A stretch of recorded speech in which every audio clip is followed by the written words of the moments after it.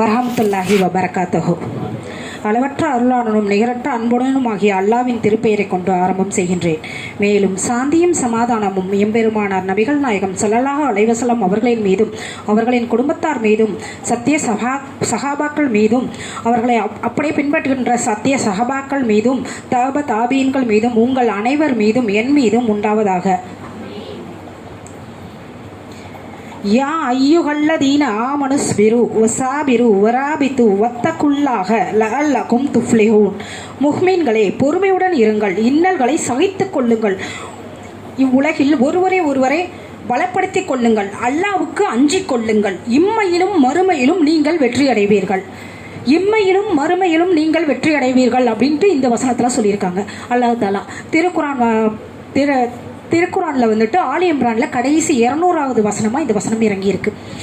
இப்போ எனக்கு கொடுக்கப்பட்டுள்ள தலைப்பு என்னன்னா, பெண்களிடம் மார்க்கம் வந்துவிட்டால். பெண்களிடம் மார்க்கம் வந்துவிட்டால்னா நம்ம இஸ்லாமிய மார்க்கத்தில் தான் பிறந்திருக்கோம். நம்ம வெளியில் எங்கேயும் பிறக்கல, காஃபிர்களால் நம்ம அல்லாஹ் பிறக்க வைக்கலை. அது வரைக்கும் நமக்கு வந்து அதை வச்சே அல்லாஹ்க்கு நம்ம நன்றி சொல்லணும், அதிக அளவு நன்றி சொல்லணும் நம்ம இஸ்லாமியர்களாக பிறந்ததுக்காக. பெண்களிடம் மார்க்கம் வந்துவிட்டால் எப்படி மார்க்கம் வரும்? எப்படிலாம் மார்க்கம் வரும்னு நினைக்கிறீங்க?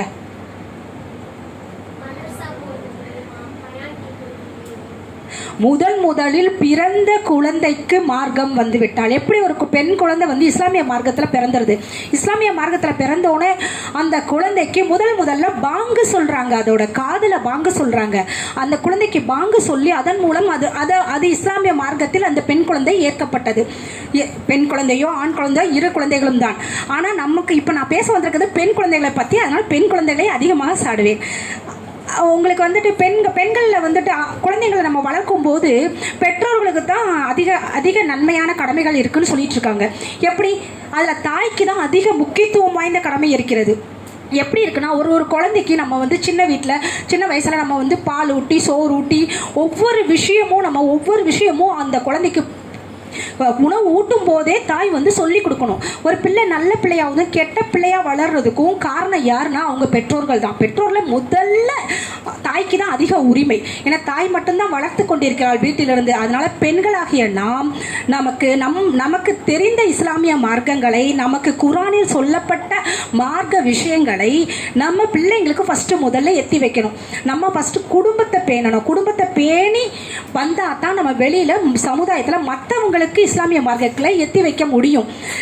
நம்ம பிள்ளைங்களுக்கு நம்ம எப்படி சொல்லலாம் சொல்லுங்க? எப்படி சொல்லலாம்? சின்ன உணவு ஊட்டும் போது நம்ம சின்ன சிறுகதைகள், வரலாற்றில் நடந்த ஏதாவது ஒரு சின்ன விஷயம் சொல்லும்போது, அப்படி பண்ணாத அப்படி சொல்றாங்க, மா இந்த விஷயத்த பண்ணாதம்மா, அல்லாஹ் நம்மளை பார்த்துக்கிட்டே இருக்கான், அல்லாஹ் வந்து நம்ம செய்யற ஒவ்வொரு விஷயங்களையும் கண்காணிச்சுக்கிட்டே இருக்கான். அதனால நீங்க வந்து இந்த சின்ன தப்பு செய்யக்கூடாதுமா. அல்லாஹ் ஒவ்வொரு வார்த்தைக்கு வார்த்தை பிள்ளைகளிடம் பேசும்போது அல்லாஹ் அல்லாஹ் அல்லாஹ் அல்லாஹ் அப்படின்னு அந்த திக்ரு, அல்லாஹ்வுடைய திக்ரு சின்ன விஷயங்கள் சொல்லிக்கணும். வெளியே போகாதமா, அல்லாஹ் வெளியில போகக்கூடாது, ஒவ்வொரு விஷயத்துக்கும் நம்ம வெளியில போகக்கூடாது, இங்க நடக்கக்கூடாது. ஒரு பிள்ளைங்களை அடிச்சு துன்புறுத்தி சொல்லாமல் பிள்ளைங்களுக்கு வந்து அல்லாஹ் அல்லாஹ் அல்லான்னு சொல்லும் போது அந்த மார்க்கம் வந்து அவங்க மனசுக்குள்ள சின்ன வயசுல உள்ளேயே நுழைஞ்சிருது பிள்ளைங்களுக்கு. அதன் மூலம் சின்னதாக அந்த பிள்ளைங்க வளர்ந்து பருவம் அடையும் போது அந்த பிள்ளைங்க வந்து ஃபோனை வச்சு பார்த்துட்டு இருக்கு. இப்போ ஹசரத் சொன்ன மாதிரி ஃபோனை வச்சு பார்க்கும்போது நம்ம வந்து அதை வாங்கி வச்சோம்னா பிள்ளைங்க என்ன பண்ணுதுங்க? கோவப்படுதுங்க, நம்ம மேலே கோவப்படுதுங்க. அப்பவும் நம்ம சொல்லணும், நம்ம செய்கிற நன்மையான விஷயங்கள் என்ன நன்மையான விஷயங்கள் செய்தாலும் தீமையான விஷயங்கள் செய்தாலும் அல்லாஹ் நம்மளை பார்த்துக்கிட்டு இருக்கான் அப்படின்றத பிள்ளைங்க மனசுல ஒவ்வொரு எப்படி அடிக்க அம்மியம் நகரம் அந்த மாதிரி நம்ம சின்ன விஷயங்களை சிறு வயது முதற்கொண்டே நம்ம வந்து பிள்ளைங்களுக்கு எடுத்து சொல்லி வளர்க்கலாம். ஒன்று. இப்போ ஆண் பிள்ளைகளுக்கு வந்து என்ன பண்றோம், கொஞ்சம் 2 பெண் பிள்ளைகளும் சரி, ஆண் 7 வயசு ஆனால் தொழுவணும் கட்டாயப்படுத்தும், தொழுவணும் சொல்லி தரோம் பிள்ளைங்களுக்கு. 10 வயசு வரைக்கும் ஒரு பிள்ளை தொழலைன்னா என்ன செய்வோம்? அடிக்கணும். அடிச்சாது சொல்லணும். அல்லாஹ்வின் தூதர் வந்து நமக்கு சொல்லி கொடுத்துருக்காங்க. அது மாதிரி நம்ம சொல்லணும். ஆண் பிள்ளைகளை என்ன பண்ணுறோம், அதுங்களோட ஒழுக்க மார்புக்காக நம்ம என்ன பண்ணுறோம், ஒரு மதரசால சேர்த்து விட்டுறோம், அங்கேயே தங்கி படிக்குதுங்க, எல்லாம் செய்துங்க, அப்படி பண்ணுங்க. ஆனால் பெண் பிள்ளைங்களை நம்ம எப்படி வளர்த்துட்ருக்கோம்? வெளியில் கொண்டு போய் சேர்க்க பயந்துக்கிட்டு நம்ம வீட்டிலே வச்சு வளர்த்துட்ருக்கோம். அப்போ வீட்டில் வச்சு வளர்க்குற பிள்ளைங்களை எப்படி கண்ணும் கருத்துமா எந்த அளவுக்கு நம்ம பார்க்குறதுக்கு நமக்கு வந்து கடமை இருக்குது. முதல் கடமை தாய்க்கு தான் இருக்குது. அதனால் பெண்களுக்கு சின்ன விஷயங்களை சொல்லி சொல்லிக் கொடுக்கலாம். இப்போ வந்து பெண்களுக்கு சொல்லிக் கொடுக்கும்போது பெரிய பெரிய பெண்கள் அவங்களுக்கே வந்து பெண்கள்கிட்ட மார்க்கம் வந்துட்டு அவங்க வந்து குரானை படிக்கிறாங்க, படிச்சுட்டு வெளியில் போயிட்டு வரும்போது அவங்களோட விஷயங்களை அவங்களே ஒரு 40 வயதுக்கு மேலான போது அவங்களே கொண்டு வந்துடுவாங்க. ஆனால் சின்ன பிள்ளைங்களுக்கு தெரியாது. நம்ம மதர்ஸா அனுப்புறது மூலயமா நிறைய விஷயங்களை அவங்க கற்றுத் தருவாங்க, இல்லைன்னு சொல்ல. எவ்வளோ நேரம், 2 மணி நேரம் 3 மணி நேரம் அவங்களுக்கு முடிஞ்சதான் ஆலிமாக்கள் வந்து நிறைய விஷயங்களை சொல்லித்தராங்க. ஆனால் பிள்ளைங்களுக்கு வந்து நம்ம சின்ன சின்ன விஷயங்களை எப்போதுமே எடுத்து சொல்லணும். இது எடுத்து சொல்லணும். அது இல்லாமல் வந்து முதல் விஷயமா எதை சொல்ல விரும்புகிறேன்னா, பெண் பிள்ளைகளுக்கு பார்வையை தாழ்த்தி கொள்ள வேண்டும். முதல் விஷயம் பெண் பிள்ளைங்களுக்கு நம்ம சொல்லித்தரது, ஒரு பெண் வந்து வெளியில் சென்றாலும் சரி, அடுத்த ஆடவர்கள் முன்னாடி நின்னாலும் சரி, நம்ம பார்வையை நேருக்கு நேராக அவங்கள பார்க்கக்கூடாது. முதல் விஷயம். அதே போல் வந்துட்டு நம்ம பார்வையை தாழ்த்தி கொள்ளணும்னு சொல்லியிருக்காங்க. 2வது ஆடை. நம்ம வந்து அடுத்தவங்களை பார்க்கறதுக்கு முன்னாடியே நம்ம உடைங்களை கடகடன்னு சரி செஞ்சுக்குவோம். நம்ம வீட்டுக்கு ஒரு விருந்தாளி வந்தாலும் சரி கடகடன்னு நம்மளை அலங்கரிச்சுக்கிட்டு ட்ரெஸ் பண்ணிக்கிட்டு இருப்போம், இல்லைன்னு சொல்லலை. இருந்தாலும் அடுத்த ஆடவர் முன்னாடி நம்ம வந்து ரொம்ப ஒழுக்கமாக நடந்துக்கிறதுக்கு நம்ம ஹிஜாப் பேண்டுறோம், இல்லைன்னு சொல்லலை. ஆனால் சிலர் நம்மளை வந்து அலங்கரிச்சுக்கிறாங்க, அதிக அளவு அலங்கரிச்சுக்கிறாங்க. இப்போ பெண் பிள்ளைங்களுக்கு அதெல்லாம் நம்ம சொல்லித்தரலாம். எப்படி சொல்லித்தரலாம்? லிப்ஸ்டிக்லாம் போடாதீங்கம்மா. இப்போ அதிகமாக லிப்ஸ்டிக் போடுறாங்க, லிப்ஸ்டிக் போடாதீங்கம்மா. ரொம்ப வெளியில் போகும்போது அலங்கரிச்சு செல்ல வேணாம். ஹிஜாப் போட்டு முகத்திரை போட்டுக்கிறோம், பர்தா அணிஞ்சுக்கிறோம், எல்லாமே செய்கிறோம். ஆனால் நம்ம வந்து வெளியே பார்க்கும்போது எப்படி தெரியும், வெளியில் அடுத்தவங்க முன்னாடி நம்ம எப்படி நடந்துக்கணுன்ற விஷயங்களை சொல்லித்தரலாம் பிள்ளைங்களுக்கு. அதுக்கப்புறம் வந்துட்டு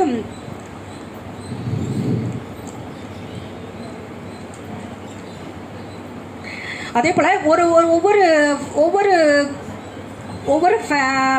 பசங்களுக்கு வந்து அவங்க தோழி தான் ரொம்ப இம்பார்ட்டண்ட். இப்போ ஸ்கூலுக்கு போகிறாங்க பசங்க, வெளியில் நம்மள்ட்ட என்ன தான் நடந்துக்கிட்டாலும் பெண்கள் வந்து வெளியில் போகும்போது சில பெண்கள் வந்து நல்ல நண்பர்களும் கிடைக்கிறாங்க, கெட்ட நண்பர்களும் கிடைக்கிறாங்க. அந்த மாதிரி எல்லா விஷயத்துலையுமே வந்து அவங்கள வந்து நம்ம கண் பார்வையிலே வைத்து கொள்ள வேண்டும் பெண் பிள்ளைகளை. அதே போல் நம்ம வெளியில் போகும்போதும் வரும்போதும் இப்போ கடை தெருவுக்குலாம் வந்து பிள்ளைங்களை அடிக்கடி நம்ம கடைக்கு அனுப்புகிறோம். எந்த பிள்ளைங்க இல்லை, ஆண் பிள்ளையாக இருந்தாலும் பெண் பிள்ளைங்களா வந்து கடைக்கு அனுப்புகிறோம். கடைக்கு அனுப்பும்போது என்ன சொல்கிறோம், நம்ம ஃபஸ்ட்டு போய் கடைக்கு போய் வாங்கிட்டு வாமான்னு சொல்லிடுறோம். நம்ம சோம்பேறித்தனப்பட்டு இறங்கி போய் வாங்கணுமேன்னு சொல்லிட்டு அந்த பிள்ளைங்க அங்கே போயிட்டு யார்கிட்ட பேசிகிட்டு இருக்கு, என்ன பண்ணிக்கிட்டு இருக்குங்க, அந்த பிள்ளைங்க அங்கே போகும்போது சிரித்து பேசிகிட்டு இருக்குங்க, எதுவுமே நமக்கு தெரியாது. நம்ம வந்து இருந்து எல்லாத்தையும் அல்லாஹ் பார்த்துட்டு தான் இருக்கான் மேலே இருந்த. பிள்ளைங்களை குறை சொல்லலை நான் இந்த இடத்துல. இருந்தாலும் நம்ம கவனிக்க வேண்டிய விஷயத்தில் இருக்கோம். பருவமடைந்த பெண்களாக இருந்தாலும் சரி, சிறிய பெண்களாக இருந்தாலும் சரி, கடைகளுக்கு அனுப்புவதை வந்து தவிர்த்து கொள்ளலாம். முடிஞ்ச அளவுக்கு நம்மளே போயிட்டு வரலாம். ஆமாம். அப்புறம் வந்துட்டு நம்ம வந்து ஒருத்தவங்கள்ட்ட வந்து அடுத்தவங்கள்ட்ட பேசும்போது நம்ம எப்படி பேசணும், நல்ல விஷயங்களே எடுத்து, நன்மையான விஷயங்களுக்கு அதிக நன்மை உண்டு. நம்ம அடுத்தவங்களை பற்றி நன்மையான விஷயங்களை பேசும்போது நமக்கு அதுலேருந்து ஒரு பங்கு நமக்கு அல்லாஹ் தருவான். இதே நம்ம தீமையான விஷயங்களை மற்றவங்கள்ட்ட பரப்புறதன் மூலம் தீமை தான் நமக்கு வந்து சேரும். அதே போல் பேச்சு ஒழுக்கம் ரொம்ப முக்கியம். அடுத்தவங்கள்ட்ட பேசும்போது ஒருவன் நல்லவன் என்று அடையாளப்படுத்துவதற்கு அவனது பேச்சு ஒழுக்கம் ஒரு காரணமாகும். இறை நம்பிக்கை கொண்டோரே, அல்லாவுக்கு அஞ்சுங்கள், நேர்மையான சொல்லையே பேசுங்கள் அப்படின்னு திருக்குறானில் இடம்பெற்றிருக்கு. அதே போல் பெண்கள் பேசும்போது குரலை தாழ்த்தி பேசணும்னு சொல்கிறாங்க. அதே இனிமையான பேச்சுகளையும் பேச வேணும்னு சொல்கிறாங்க. நல்ல வார்த்தைகளை அடுத்தவரிடம் பேசுவதன் மூலம் கூட ஒரு சின்ன தர்மம் செய்யலாம், சதக்கா செய்யலாம் அப்படின்னு சொல்கிறாங்க. அதே போல் ஒரு பெண் 3 பெண் குழந்தைகளை பெற்று அதை நல்ல முறையில் வளர்த்து அதற்கு மார்க்க கல்வி கற்றுக் கொடுத்து அதை வந்து கல்யாணம் பண்ணி கொடுத்துட்டா அவங்களுக்கு வந்து சொர்க்கம் தான் சொல்லிட்டு நபி ஸல்லல்லாஹு அலைஹி வஸல்லம் வந்து அறிவிச்சிருக்காங்க. ஒரு பெண் இல்லை, ஒரு 3 பெண் குழந்தைகள் பெற்றவருக்கு சொர்க்கம் தான். அவங்களுக்கு வந்து நரகத்திற்கு திரையிடப்பட்டிருக்கிறதுன்னு சொல்லியிருக்காங்க. அதே போல் அல்லாஹ் தஆலா வந்து 3 செயல்களை வெறுக்கிறான். என்னென்ன 3 செயல்கள்னா, ஆதாரம் இல்லாமல் கேட்கறது எல்லாத்தையும் மற்றவங்கள்ட்ட பரப்புறது, அது ஒன்று. எப்போதுமே ஆதாரத்தோடு தான் ஒரு விஷயத்தை வந்து அடுத்தவங்களுக்கு எத்தி வைக்கணும். அது இல்லாமல் நம்ம என்ன கேட்குறோமோ, பொம்பளைங்க என்ன பண்ணுறோம், உட்காந்துட்டு பக்கத்து வீட்டில் கதை பேசிகிட்டு இருக்கும்போது அவங்க அதை சொன்னாங்க, இவங்க இதை சொன்னாங்கன்னு சொல்லிட்டு எல்லாத்தையும் பரப்புறது. ஆதாரம் இல்லாமல் எந்த பேச்சையும் பேசக்கூடாது. அதுபோது ஏளனமாக யாரையும் எள்ளி நகையாடக்கூடாது. சிரிச்சாலும் பெண்களுக்கு வந்து ஒழுக்கம்னு ஒன்று இருக்குது. அது வந்து மார்க்கம் வந்துட்டால் அந்த பெண்கள் வந்து எப்படி நடந்துக்குவாங்கன்னா அதே மாதிரி நடந்துக்குவாங்க. எங்கே பார்த்தாலும் கடை வீதிக்கு போகும்போது வெளியில் போகும்போது கக்க பக்கன்னு வந்து சிரிச்சிட்டு இருக்க மாட்டாங்க. அப்படி சிரிச்சா மற்றவங்க நம்மளை திரும்பி பார்க்கறதுக்கு ஒரு வாய்ப்பு நம்மளே ஏற்படுத்தி தந்துடும். இதெல்லாம் சின்ன சின்ன விஷயங்கள்லாம் பிள்ளைங்களுக்கு தெரியாதுப்பா, சின்ன பிள்ளைங்க அதுங்களுக்கு நம்ம வந்து தாய்மார்கள் தான், நம்ம தான் அவங்களுக்கு எத்தி வைக்கணும், சொல்லித்தரணும், சின்ன சின்ன விஷயங்களை சொல்லித்தரணும்.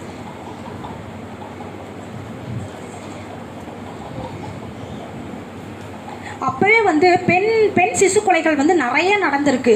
ஆனால் இப்போ மார்க்கம் தெரிஞ்சவங்க அந்த மாதிரி பண்ணுறதில்ல. ஏன்னா வந்து பெண் சிசு கொலைகளை வந்து அல்லாஹ் வந்து குர்ஆன்லேயே தடுத்திருக்கான். வறுமை கஞ்சி பெண் சிசு கொலைகளை செய்யாதீர்கள், உங்களுக்கு அல்லாவே உணவளிக்கிறான், அவர்களுக்கும் அல்லாவே உணவளிக்கிறான், கொல்வது குற்றமாகும்னு சொல்லியிருக்காங்க.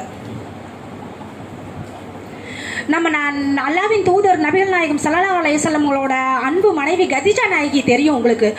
அவங்க வந்து ஃபஸ்ட்டு இஸ்லாத்தில் இல்லை, நான் நபியை கல்யாணம் பண்ணதுக்கு அப்புறம் தான் இஸ்லாமிய மார்க்கத்தில் வந்து வந்தாங்க. அவங்களுக்கு மார்க்கம் வந்துருச்சோ வந்ததோ வரலையோ, ஆனால் அவங்க வந்து அவங்களோட முழு சொத்தையுமே என்ன பண்ணாங்க, இஸ்லாத்தின் பாதையில் தான் செலவிட்டாங்க. நம்ம செய்வோமா அந்த மாதிரி? கண்டிப்பாக செய்யவே மாட்டோம். ஆனால் பெண்களுக்கு வந்து இஸ்லாத்தில் வந்து சொத்தில் வந்து ஆண்களை போன்று பெண்களுக்கும் பங்கு உண்டுன்னு சொல்லியிருக்காங்க, குர்ஆனில் இருக்குது. ஆனால் எந்த இதுலேயும் அந்த மாதிரி இல்லை. பெண்களுக்கும் சம பங்கு இல்லை, பெண்களுக்கும் பங்கு உண்டு. அவங்க உறவினர் விட்டு சென்ற சொத்துலேயுமே பெண்களுக்கு பங்கு உண்டு அப்படின்னு சொல்லியிருக்காங்க. சின்ன சின்ன மார்க்க விஷயங்களை பிள்ளைங்களுக்கு சொல்லிக் கொடுக்கணும்.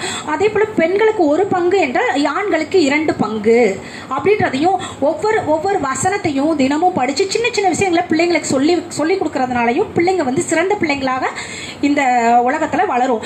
இந்த உலக வாழ்வையை மட்டும் நம்ம நினச்சிக்கிட்டே இருந்தோம்னா மறுமையை பற்றி பிள்ளைங்களுக்கு அதிகமாக சொல்லித்தரணும் நம்ம.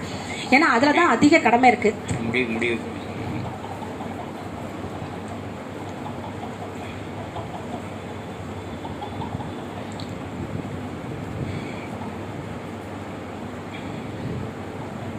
நம்ம எப்படி ஒரு களிமண்ணை எடுத்து ஒரு பொம்மை செஞ்சால் நம்ம இஷ்டத்துக்கு கையில் வந்து நம்ம எப்படி நினைக்கிறோமோ அந்த மாதிரி அந்த பொம்மை வந்துடும். அந்த மாதிரி தான் நம்ம நினைக்கிறபடி நம்ம பிள்ளைங்க நல்ல பிள்ளைகளாக மார்க்கத்தில் வளரணும்னா நம்ம தான் அந்த பிள்ளைங்களை நல்லபடி கொண்டு வரணும். அதே மாதிரி சின்ன சின்ன எப்படி சிற்பி செதுக்குறானோ அந்த மாதிரி சின்ன சின்ன விஷயங்களை பிள்ளைங்களை ஒவ்வொரு நாளும் சின்ன சின்ன விஷயங்களை எத்தி வச்சு அந்த பிள்ளைங்களை நல்ல பிள்ளைகளாக வளர்த்து இந்த சமுதாயத்தில் இவ்வுலகத்தில் நடக்கிற அற்ப விஷயங்களை மறந்து மறுமையில் நடக்கிற அந்த தீர்ப்பு நாளுக்கு அஞ்சி அல்லாவுக்கு அஞ்சி மறுமையில் அந்த தீர்ப்பு நாளுக்கு பயந்து நம்ம வாழணுன்றதை டெய்லி சொல்லிக் கொடுக்கணும் பிள்ளைங்களுக்கு.